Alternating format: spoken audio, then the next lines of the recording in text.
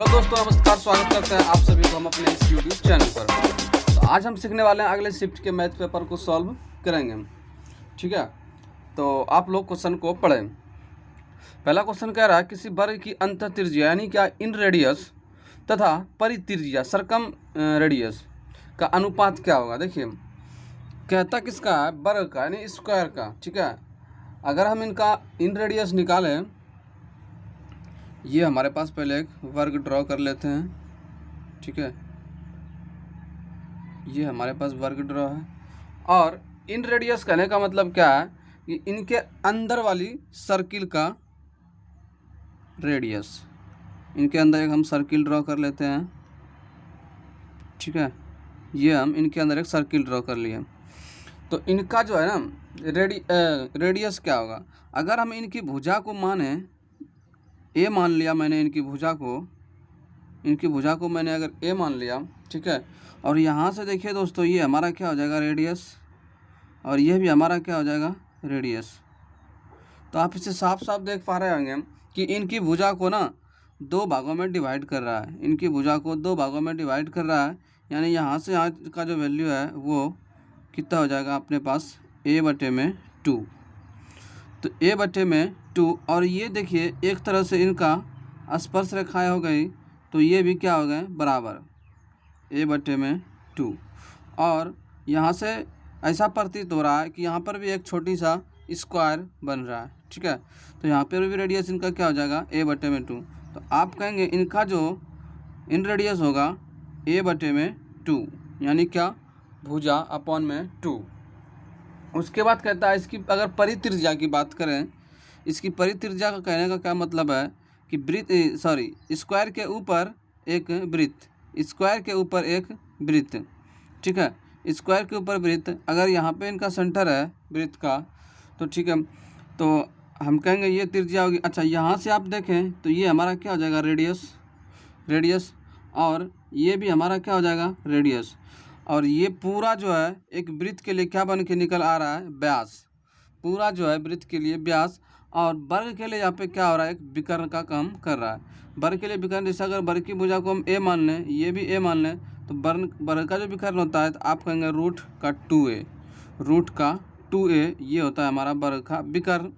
तो क्या दोस्तों, अगर ये वर्ग की विकर्ण है और सर्किल के लिए ये व्यास है, तो हम कह सकते हैं r बराबर जो होगा √2 अपॉन में बटे में 2।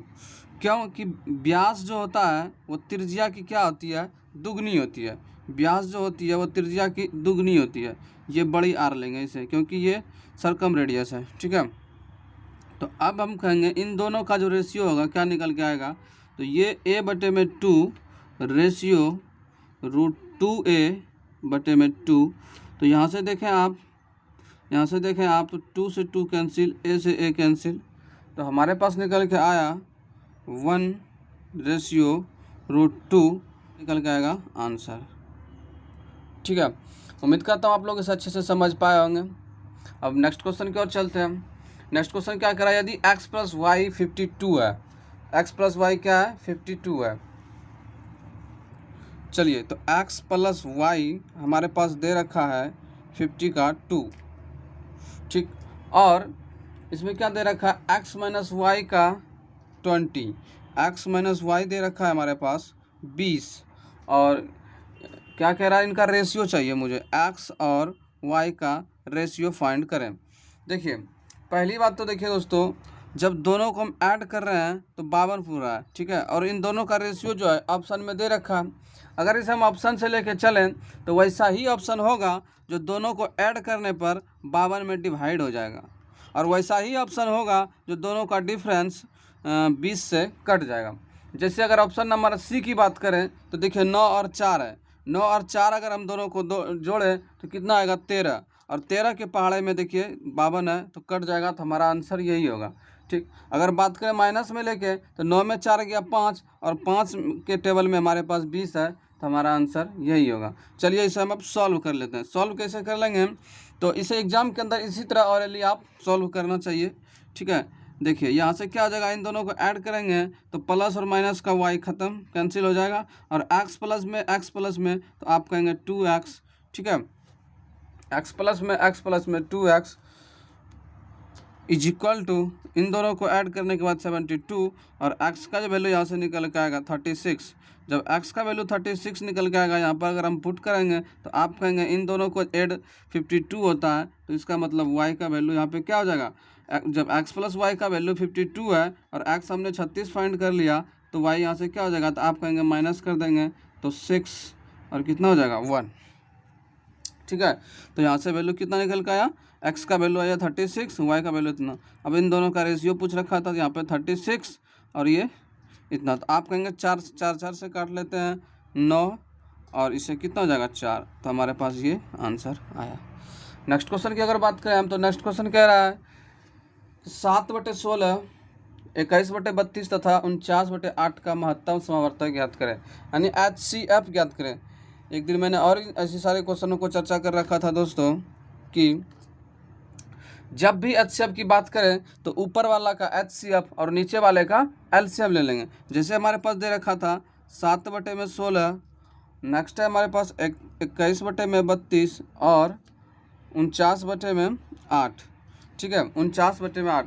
तो सबसे पहले हम क्या कर लेंगे, ऊपर वाले का जो है HCF ले लेंगे, HCF, और नीचे वाले का LCM। ठीक है, चाहे इसने अगर LCM पूछता तो ऊपर वाले का LCM और नीचे वाले का HCF।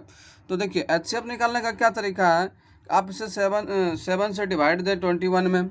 ठीक है, यहाँ से 7 निकल के आएगा, फिर उसी 7 से अगर हम 49 में भाग दें तो यहाँ पे भी 7 निकल के आएगा, तो यहाँ से HCF जो है ना हमारा 7 निकल के आएगा, HCF 7 निकल, क्योंकि देखिए 7 से सभी में कट जा रहा है, 7 से ये भी कट जाएगा, 7 से ये भी कट जाएगा, 7 से ये भी, मतलब हाईएस्ट कॉमन फैक्टर। मतलब क्या, हाईएस्ट कॉमन फैक्टर का मतलब है कि इससे अधिक अब नहीं मिलने वाला। अब LCM लोएस्ट कॉमन फैक्टर, देखिए LCM साफ साफ दिख रहा है, 16 है, 32 है, 8 है, 16 है, 32 है, 8 है। तो अपने पास देखिए यहाँ पे 32 सभी में कट जा रहा है, 32 जो है सभी में कट जा रहा है, 16 से भी कट जाएगा, 8 से भी कट जाएगा, तो अपने पास जो आंसर निकल के आएगा 7/32। तो नेक्स्ट क्वेश्चन कह रहा है हमारा कि A तथा B की मासिक आय जो दिया हुआ है, जो कितना कमाता है उनकी वैल्यू दे रखी है। ठीक है, तो A और B का मासिक आय मतलब क्या, इनकम।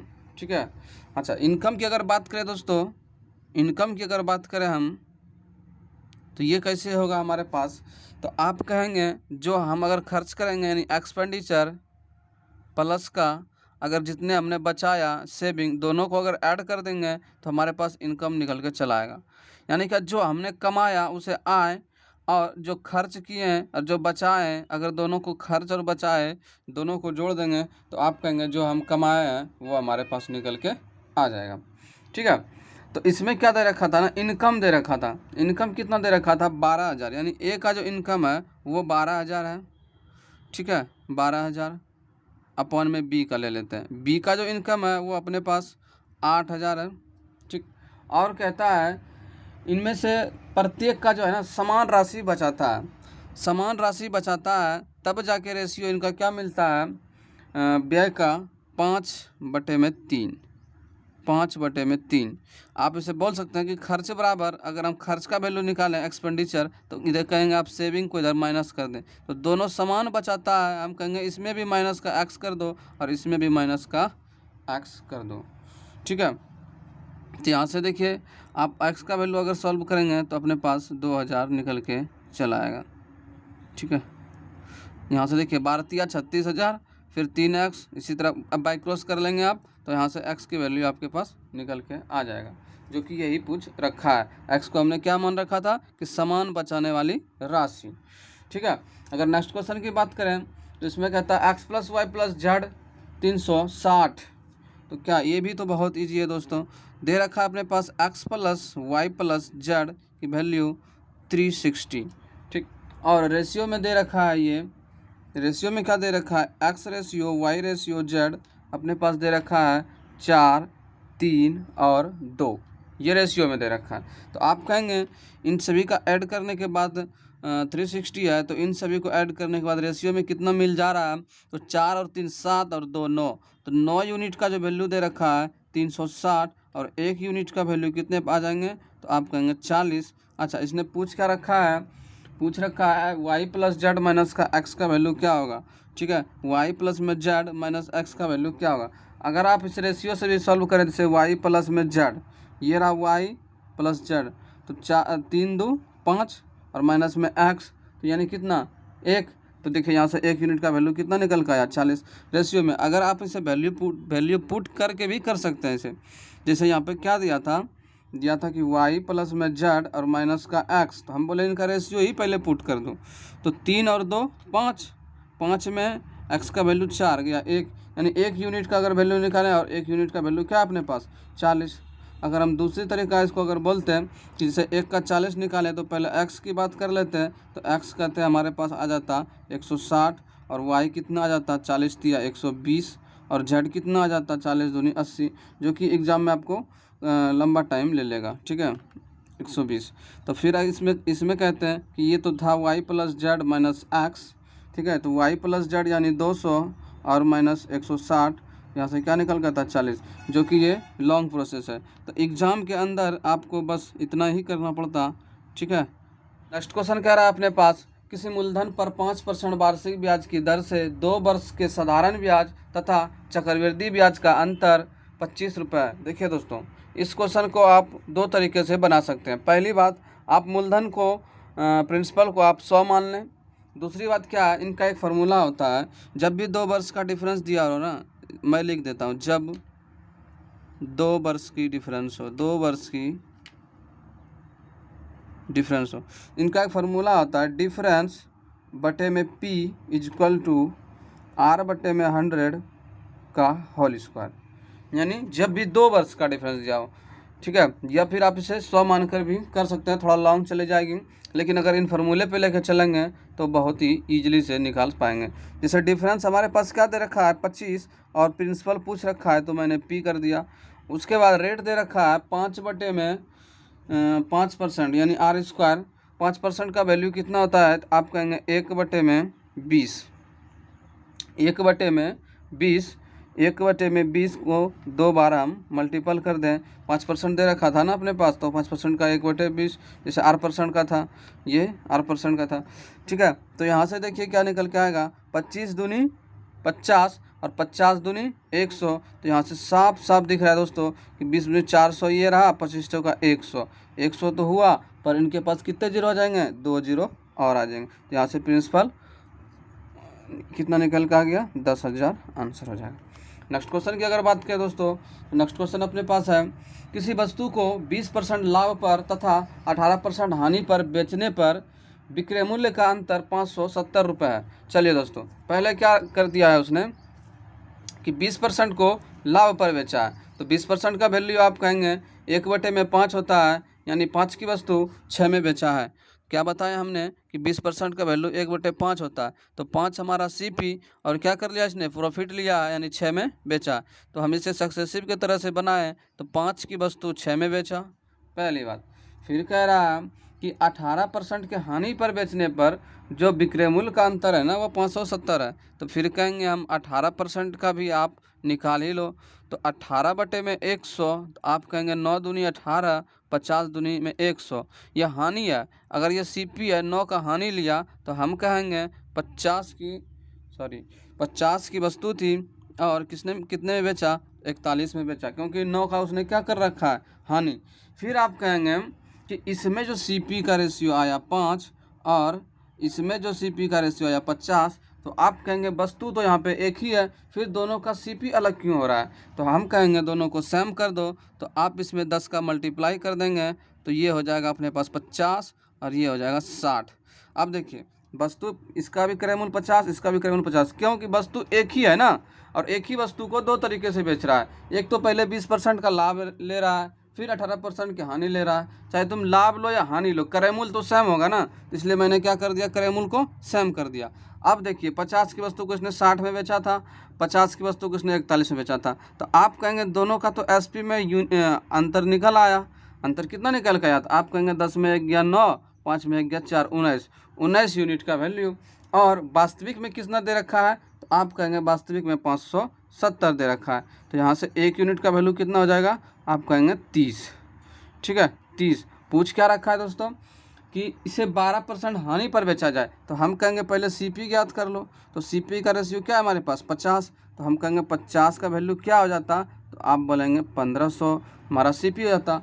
और 12% की हानि पर बेचना था इसे, तो 12% की हानि पर देखिए 12% का जो वैल्यू है वो होता है 3/25, 3/25। तो हानि था यानी 22/25 के रूप में मुझे इसे बेचना था।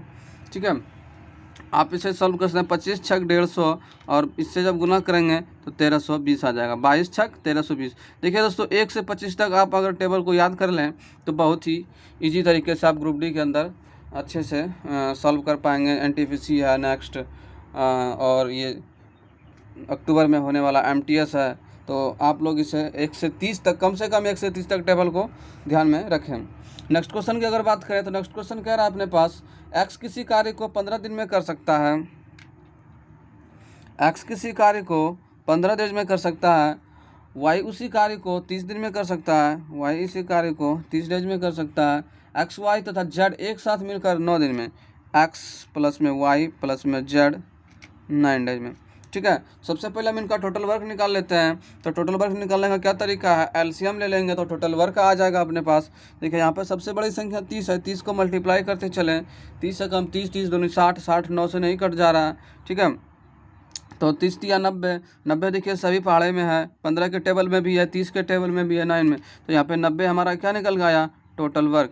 अब 90 टोटल वर्क आया, ये 15 दिन में समाप्त कर रहा है तो एक दिन में कितना करता होगा 6।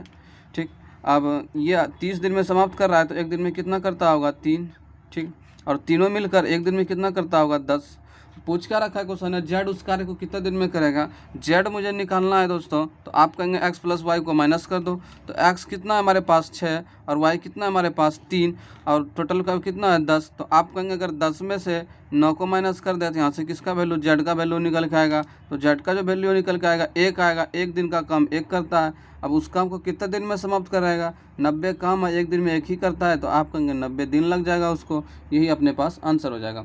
नेक्स्ट क्वेश्चन की अगर बात करें दोस्तों, तो नेक्स्ट क्वेश्चन ये बहुत ईजी है, आप उसे ईजिली तरीके से सॉल्व कर सकते हैं। जैसे 3000 रुपये की राशि को 20% प्रतिवर्ष के चक्रवृद्धि वार्षिक दर पर निवेश किया गया। ठीक है, 2 वर्षों के बाद चक्रवृद्धि ब्याज क्या होगा। देखिए दोस्तों इसमें क्या था कि प्रिंसिपल अपने पास दे रखा है 3000 रुपये। ठीक, और रेट दे रखा है अपने पास 20%। ठीक, और टाइमिंग दे रखा है 2 ईयर्स। तो इनका CI कह रहा है फाइंड करने के लिए। CI फाइंड करने का मेरा अलग तरीका क्या है, जैसे 20% है, अगर 3000 का 20% निकालना है यहाँ से दोस्तों, या फिर आप इसे 1/5 से भी डिवाइड कर मल्टीपल कर सकते हैं। अगर ऐसे ऐसे निकालें तो आप कहेंगे 600 रुपये हो जाएगा इनका 3000 का 20%। तो 3000 का 20% यानी 600, यानी पहला साल जो उसने ब्याज लिया होगा कितना लिया होगा 600। अब दूसरे साल की अगर बात करें हम, दूसरे साल जैसे ही उसने एंट्री मारा होगा, कहा होगा पहले 3000 का 20% लाओ, तो 600 दिया उसने। फिर कहा होगा पिछले साल का जो 600 रुपये था उसका भी तो 20% चाहिए, चक्रवृद्धि ब्याज है। ठीक है, तो आप फिर वो कहेगा इनका जो 20% हो जाएगा तो 120 रुपये हो जाएगा। फिर कहेगा टोटल CI अपने पास कितना निकल के आया, तो 600 600 1200 1200 और 120 कितना निकल के आया 1320। यही इसने पूछ रखा है। तो बहुत ही ईजी तरीके से आप इसे सॉल्व कर सकते हैं बिना फार्मूले के अंदर। हाँ, तो नेक्स्ट क्वेश्चन क्या है दोस्तों अपने पास, एक बेलन का वक्रपीठ क्षेत्रफल 25,344 सेंटीमीटर स्क्वायर है। देखिए दोस्तों बेलन का जो वक्रपीठ क्षेत्रफल होता है 2πRh होता है, 2πRh होता है, और कुल पीठ क्षेत्रफल होता है 2πR इंटू में R प्लस का H। तो यहाँ पे जो वक्रपीठ क्षेत्रफल दे रखा है 25,344, ये अपने पास दे रखा है इनका वैल्यू। फिर कहता था इसकी ऊंचाई 32 सेंटीमीटर है और ऊंचाई 32 सेंटीमीटर है, तो H का वैल्यू दे रखा है अपने पास 32। ठीक है, H का वैल्यू दे रखा है, सॉरी स्क्रीन में कुछ प्रॉब्लम आ रही है। ठीक है, H का वैल्यू दे रखा है अपने पास 32। और फिर क्या कह रखा है कि उस बेलन का आयतन कितना होगा जिसकी धारिता दिए गए बेलन की आयतन की 7/792 गुनी है। देखिए इस बेलन का आयतन कितना होगा, उस रहा है कि πr² H की वैल्यू क्या हो जाएगी। अपने पास देखिए H है लेकिन R नहीं है, तो पहले हम R को फाइंड कर लेते हैं। 2 पाई का वैल्यू 22/7 और आर की वैल्यू कुछ नहीं है और एच की वैल्यू अपने पास 32 दे रखी है, तो यहाँ से हम पहले आर का वैल्यू अगर निकालें तो ठीक है, फिर इसमें हम फाइंड कर देंगे। लेकिन जो कह रहा है जो नया बेलन का आयतन होगा वो पाई बटे में 792 के गुने के रूप में होना चाहिए। ठीक है, तो कोई बात नहीं है, आप इसे सॉल्व करें। अगर हम 22 से काट पीट करें तो 22 से कम 22 अपने पास कितना निकल कर आएगा 3 यानी 33। ठीक, फिर खिला दें आप 22 से कम 22 11, तो अपने पास हो जाएंगे 114। तो 114 तो 22 पंचे 110 4 22 दूनी में 144, तो यहाँ से 1152 के रूप में निकल के आया। अगर 2 से खिलाएं तो 2 पंचे में 10, 1 हो जाएंगे 15, 2 सत्ती में 14, 2 छक 12। ठीक, अगर 32 से खिलाएं तो अपने पास क्या निकल के आ जाएगा, अगर 32 से खिलाएं 32 से कम 32 तो 576 है ना, 32 से आप डिवाइड ही कर दें। 32 एक में 32 तो कितना निकल आया 5 और 5 में 3 का 2 56। फिर आप कहेंगे 8 बार में 18, या यहाँ से जो है कि आप 18 बार में काट पीट कर सकते हैं। तो आर का वैल्यू जो निकल के आएगा 126 सेंटीमीटर निकल के आएगा। तो यहाँ पे लिखेंगे न्यू सिलेंडर का वॉल्यूम, न्यू सिलेंडर का वॉल्यूम क्या निकल के आएगा पाई आर स्क्वायर एच। ये जो दिया है ना क्वेश्चन कहता है ये जो निकलेगा नया वाला ये पाई अपॉन में 792 टाइम्स के क्या मल्टीपल है। ठीक है, तो कोई बात नहीं, कर लेते हैं। इसमें क्या है, बहुत ईजी है, pi r square h, pi r का वैल्यू पाई का वैल्यू भी पुट कर लेते हैं 22 बटे में 7 और आर का वैल्यू 126 मल्टीपल 126 और एच का वैल्यू अपने पास 32 था। फिर पाई का वैल्यू 22 बटे 7 और कितना था 1 बटे 792। ठीक, ये था। इन सारे चीज़ों को आप सॉल्व तो करना ही पड़ेगा एग्ज़ाम के अंदर। ठीक है, क्योंकि इसकी दूसरी कोई साधन तो है नहीं। तो चलिए हम इसे सॉल्व कर लेते हैं। इससे देखिए आप 18 बार में काट सकते हैं। ठीक है, इनसे भी आप 18 बार में काट सकते हैं। ठीक है, और क्या है, ये भी चला जाएगा। 18 चौक 72 बचा अपने पास कितने 7 बच गए ना, फिर से 18 चौक 72, हाँ 18 चौक 72 7 बच गए, 18 चौक 72 44 और 22 एक में 22, 22 दूनी में 44। ठीक है, और यहाँ से अगर 2 का करें तो ये हो जाएगा 11। तो अपने पास क्या निकल का आया 11 गुने में 18 गुने में 32। और इन सभी को सॉल्व करें तो देखिए 8 दूनी में 16। अगर इनके ऑप्शन की बात करें तो लास्ट में जो डिजिट है वो कितने आ रहा है 6। तो अगर क्या ऑप्शन में है अपने पास लास्ट डिजिट में 6, तो आप कहेंगे हाँ एक ही ऑप्शन है जो कि लास्ट में 6 दे रखा है। कितना है 63 36। तो आप इस तरह से, वॉल्यूम है तो सेंटीमीटर क्यूब में इनका आंसर होगा, आप इस तरह से फाइंड कर सकते हैं। नेक्स्ट क्वेश्चन क्या है अपने पास, नेक्स्ट क्वेश्चन एक बोर्ड मास की क्वेश्चन है, मैं उसे नोट कर लेता हूँ। हाँ तो चलिए दोस्तों, ये रही अपने पास एक बोर्ड मास की क्वेश्चन और उम्मीद करता हूँ कि आप लोग इसे अच्छे से सॉल्व कर पा रहे होंगे। लगातार मैं इसे 2-3 दिन से अच्छे से बताने की कोशिश कर रहा हूँ। ठीक है, तो सबसे पहले बोर्ड मास का क्या रूल है, मैं बार बार कह रहा हूँ, बोर्ड मास का ब्रैकेट ऑफ डिवाइडेड, ठीक है, मल्टीपल, उसके बाद ही कुछ एडिशन, फिर लास्ट में सब्ट्रैक्शन। तो इसमें क्या है, पहले ब्रैकेट तो ऊपर वाले में है नहीं, ब्रैकेट नहीं है तो ऑफ भी नहीं है। उसके बाद क्या डिवाइड, तो पहले हम डिवाइड वाला चीज़ को लिख लेते हैं। ठीक है, तो आप कहेंगे 39 अपॉन में 26। ठीक है, दिख रहा है क्या 39 अपॉन में 26। फिर प्लस का चीज़ है, अगर इनसे भाग दे दें तो ये तो 2 निकल आ रहा है साफ साफ प्लस, फिर मल्टीपल कर दें तो ये कितना आ जाएगा 12। ठीक है, अब हम अपॉन में करेंगे 2 पंचे में 10, 2 पंचे में 10। ठीक है, पहले ब्रैकेट करना था, कोई बात नहीं, मैंने इधर से कर रखा हूँ। ठीक है, फिर 3, फिर आप कहेंगे जब इसमें डिवाइड देंगे तो आप कहेंगे 5 आएगा। ठीक, तो 7 प्लस का 5 माइनस का 9, तो आप कहेंगे 7 प्लस का 5 12। अब 12 में जब 9 घट जाएगा अपने पास तो आप कहेंगे कितना निकल के आएगा 3। ठीक है, 3 निकल के आएगा। उसके बाद इसे जब सॉल्व करेंगे तो देखिए ये जाएगा, ये 13 के मल्टीपल में है, ये 3 बार में और ये 2 बार में है। ठीक है, यहाँ से क्या निकल के आया 3 बटे में 2 प्लस 12 और 2 कितना होगा 14। और यहाँ से कितना निकल आएगा, आप कहेंगे 1। 10 में से 3 तिया 9 चला गया तो अपने पास 1। अब 1 से डिवाइड करने पर कोई फ़र्क नहीं पड़ेगा, तो 14 गुना 2 कितना हो जाएगा 28। 14 गुना 2 28, और 28 और 3 की बात करें तो कितना हो जाएगा 28 और 3 31/2।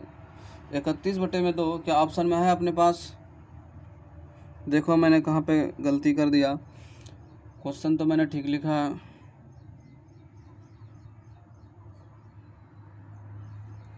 दो से 10 में भाग दिया 5, फिर मल्टीपल 9, 7 5 12 में 9 गया 3, यहाँ पे 3 का मल्टीपल था।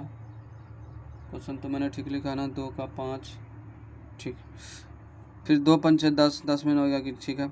उसके बाद 39 डिवाइडेड बाय 26 प्लस भागा देना था 2, 4 तिया 12, तो 13 तिया 39, 13 दूनी 26, 3/2, 12 2 24, तो 14 दूनी 28। इन दोनों का एलसीएम लें तो 2 28 और 3 31/2। तो फिर कहाँ गलती हो रही है अपने पास?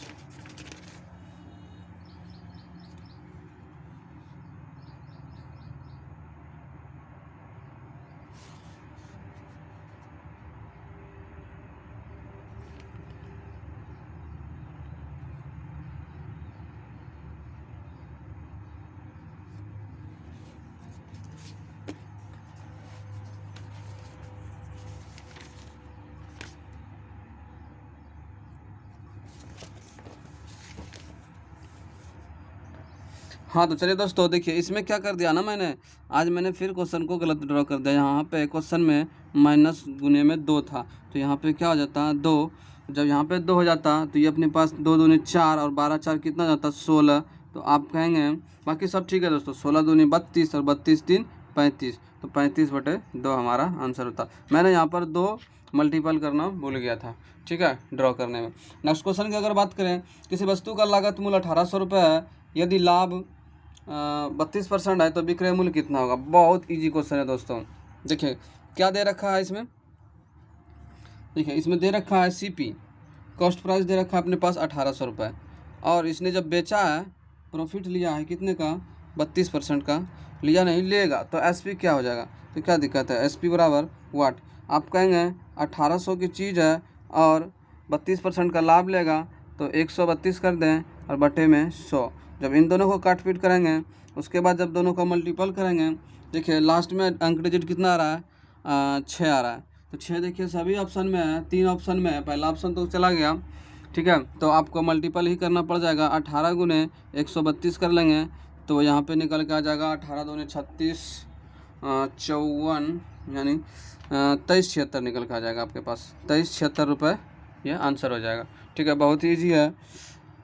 अब नेक्स्ट क्वेश्चन की ओर चलते हैं। नेक्स्ट क्वेश्चन क्या कह रहा है अपने पास, किसी वस्तु पर 20% छूट देने के बाद कोई दुकानदार 30% का लाभ कमाता है। देखिए वस्तु 100 रुपये का है, 80 में बेच रहा है, यानी क्या एमपी छूट दे रखा है तो एसपी, ठीक है। जब 80 में बेचा तो उससे क्या होता है, दुकानदार को 30% का लाभ होता है। 30% का लाभ होने का क्या मतलब है, मतलब 10 की वस्तु 13 में बेचना, 10 की वस्तु 13 में बेचना, मतलब 13 यूनिट का वैल्यू दे रखा है, 13 का वैल्यू दे रखा है, मुझे 10 का चाहिए। तो यहाँ से अगर हम सीपी बोलें तो आप कहेंगे 80/13 गुने में 10, ये हमारा क्या हो जाता सीपी हो जाता। क्योंकि देखिए 100 की वस्तु को 80 पे बेचा जब दुकानदार को 30% का लाभ हुआ, यानी 30% का वैल्यू निकालें तो 3/10 होता है। तो हम कहेंगे 10 की वस्तु 13 में बेचा होगा, तो ये एसपी हो गया, एचसीपी हो गया, और एसपी दे रखा था कितना 80, तो 80 यानी 13 यूनिट का वैल्यू 80, तो 10 यूनिट का वैल्यू तो मल्टीपल कर देंगे तो ये हमारा सीपी निकल कर जाएगा। इनको हम सॉल्व अभी नहीं करेंगे। नेक्स्ट क्या कह रहा है कि अंकित मूल्य लागत मूल्य का कितना % है। अंकित मूल्य जो है वो लागत मूल्य का कितना % है, तो अंकित मूल्य अपने पास कितने हैं 100, ठीक है। लागत मूल्य का तो नीचे आ जाएगा ये 80/13 गुने में 10 का कितना % है, तो हम मल्टीपल कर देंगे 100 का, ठीक है। और इन सभी सबको जब हम सॉल्व कर लेते हैं तो यहाँ से देखें 1 0 1 0 2 0, यहाँ से 2 0 ख़त्म, ठीक।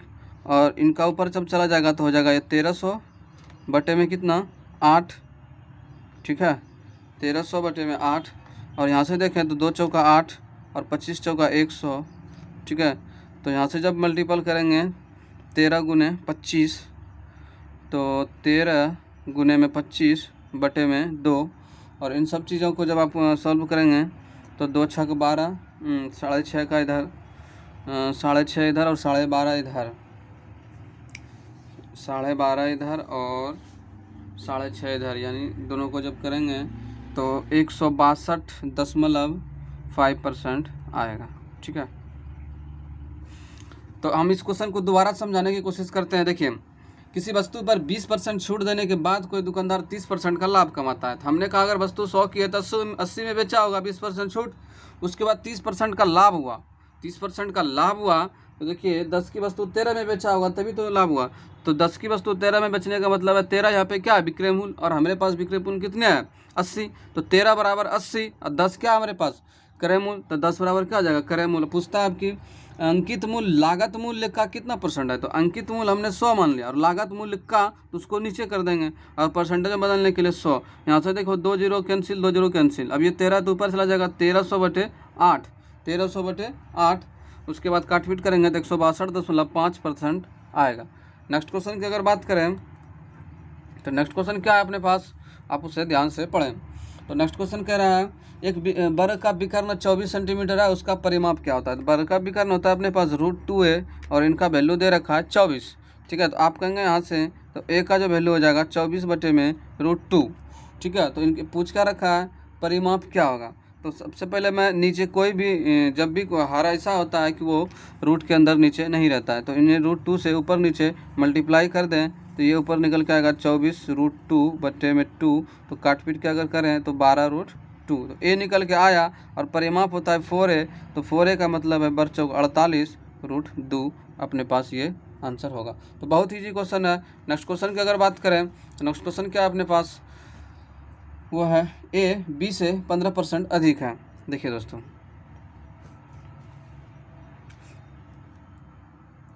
ये रहा ए और बी, ए बी से 15% अधिक है, तो हम कहेंगे अगर ये 100 है, ये कितना है अपने पास 115, ठीक है। फिर कहता है बी ए से कितने % कम है। ये बी जो है ए से कितने % कम है, तो आप कहेंगे 15 तो कम है, पर किससे पूछ रहा है, बी ए से कितने कम है, ए से यानी क्या 115, मल्टीपल में कितना हो जाएगा 100 का, ये पूछ रखा। आप इसे सॉल्व करें, 3 पच्चे में 15, 23 पंचे में 115, यानी क्या दोस्तों 300 बटे में 23। जब इसे आप सॉल्व करेंगे तो 23 से कम 23 यानी 1, फिर 23 छक, हाँ, तो 16 आपके पास 14% वैल्यू निकल के आएगी, ठीक है।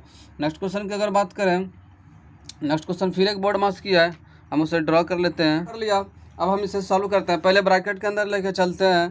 तो चलिए 24 प्लस का 8 चौका 32 और 16 पंचे में 80, तो 80 माइनस 32, ठीक है, ये ब्रैकेट की चीज़ रही।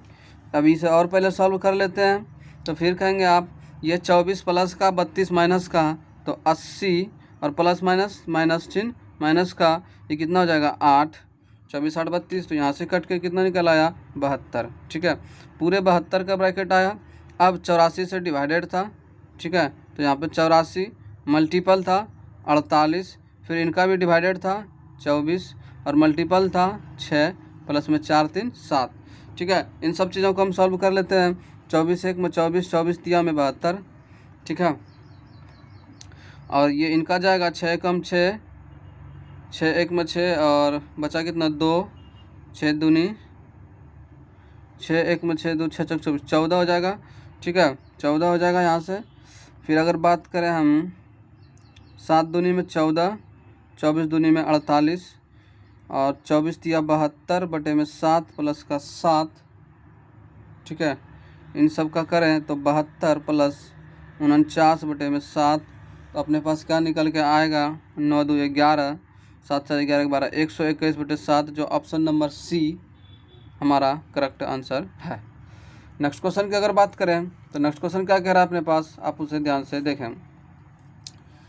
नेक्स्ट क्वेश्चन कह रहा है नाव की अनुप्रवाह, अनुप्रवाह यानी क्या, डाउन स्ट्रीम, नीचे की ओर चल रहा है, ठीक है। और 14 किलोमीटर प्रति घंटा है। नाव की ऊर्ध्व प्रवाह यानी अप स्ट्रीम, ठीक है, अप स्ट्रीम कितना है 10 किलोमीटर प्रति घंटा है। मतलब डाउन स्ट्रीम का मतलब क्या है एक्स माइनस वाई, अपने पास दे रखा है चाल 14 किलोमीटर प्रति घंटा, और डाउन स्ट्रीम क्या दे रखा है एक्स प्लस में वाई अपने पास 10, ठीक है। उसके बाद वह नाव शांत जल में 72 किलोमीटर की दूरी कितने समय में तय कर लेगा। शांत जल में 72 किलोमीटर की दूरी कितने समय में तय कर लेगा। देखिए दोस्तों, यहाँ से पहले हम चाल फाइंड कर लेते हैं कि दोनों का चाल क्या है, और शांत जल में लेके चले जाएंगे। उसमें क्या चाल बराबर दूरी बटे में उसी समय पूछ रहा है तो समय बराबर दूरी बटे चाल। देखिए यहाँ से क्या हो जाएगा, प्लस माइनस का ख़त्म, तो 2x का वैल्यू 24 और x का वैल्यू यहाँ से क्या निकल के आया 12। x का वैल्यू क्या निकल के आया 12।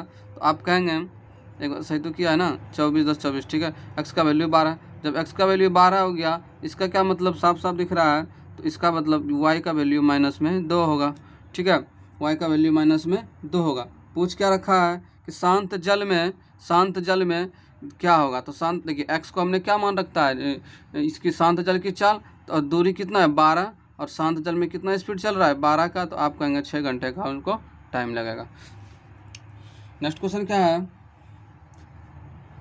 पी क्यू आर पी का एवरेज दे रखा है, और देखिए इनमें क्या है कि पी क्यू इन सभी का एवरेज दे रखा है। पी क्यू का जो एवरेज दे रखा है 13, और फिर क्यू आर का जो एवरेज दे रखा है 14, फिर आर पी का जो एवरेज दे रखा है वो 12। तो क्यू का आयु पूछता है, क्यू का आयु पूछ रहा है, कोई बात नहीं। देखिए ये सभी एवरेज में है, तो हम इन सभी का सम में ज्ञात कर लेते हैं। सम में क्या हो जाएगा, जैसे P प्लस में Q कितना निकल के आएगा, तो 13 दूनी 26, फिर Q प्लस का R अगर सम के बात करें तो 14 दूनी 28, R प्लस का P कितना निकल के आ जाएगा 24, R प्लस का P 24। किसकी वैल्यू पूछ रखा है, Q का वैल्यू। यहाँ से आप इसे ऑप्शन से भी लेके चल सकते हैं, लेकिन ऑप्शन से ज़्यादा बेटर होगा कि आप इसे सॉल्व ही कर दें, ठीक है, कोई बात नहीं। जब इन सभी को आप ऐड करेंगे तो 2 टाइम्स सभी मिलेगा, जैसे P है 2 बार, Q है 2 बार, R है 2 बार, तो 2 को कॉमन कर दिया, और P plus Q plus R, और इन सबको जब ऐड करेंगे तो 6 8 14, 14 4 आप कहेंगे 18, बाकी रहा 1 2 3 6 1 7 78। तो यहाँ से P plus Q plus R का जो वैल्यू निकल के आया, तो आप कहेंगे 2 3 6 39, ठीक है। यहाँ से Q का वैल्यू पूछ रखा है, तो P और R का वैल्यू हम माइनस कर दें तो निकल के आ जाएगा P plus Q plus R 39 आया, और P और R का वैल्यू यहाँ देखिए 24 है। इनमें से अगर हम 24 को माइनस कर दें, इसका वैल्यू निकल के आएगा Q का, तो 9 में 4 गया 5, और ये कितना आया 1 15, जो हमारा आंसर है 15 वर्ष, ठीक है। तो उम्मीद करता हूँ आप इस क्वेश्चन को भी अच्छे से समझ पाए होंगे। अब हम नेक्स्ट क्वेश्चन की ओर चलते हैं। नेक्स्ट क्वेश्चन कह रहा है बहुत इजी है। ए किसी कार्य को 30 दिन में अकेला करता है, ठीक है। बी उसी कार्य को अकेला 60 दिन में करता है। बी उसी कार्य को अकेला 60 दिन में करता है। फिर यदि वे 5 दिन तक एक साथ कार्य करते हैं तो कार्य का कितना हिस्सा शेष रह गया। तो पहले हम टोटल वर्क निकाल लें, तो 60, यहाँ से एक दिन का वर्क 2, और यहाँ से एक दिन का वर्क 3, उन दोनों साथ मिलता है। ये एक दिन में 2 करता है, ये एक दिन में 1 करता है, तो एक दिन में करता कितना है 3, और 5 दिन तक 7 कर दिया, तो कितना कम कर लिया 15 कम कर लिया, कितने के ऊपर 60 के ऊपर। तो 15 चौका 60, आप कहेंगे 1/4 कर लिया, ठीक है। और कहता है 1/4 तो किया उसने क्वेश्चन, लेकिन पूछ क्या रखा है कि कार्य का कितना शेष रह गया। 1/4 किया, तो आप इसे 4 में से 1 माइनस कर दें, मतलब 3/4 क्या रहा, काम बाकी रहा, शेष रहा, यही आपका आंसर हो जाएगा, ठीक है। तो एक क्वेश्चन और है अपने पास, इसे भी आप सॉल्व कर ही लें। 14 बच्चों का औसत वजन जो है 22 kg है।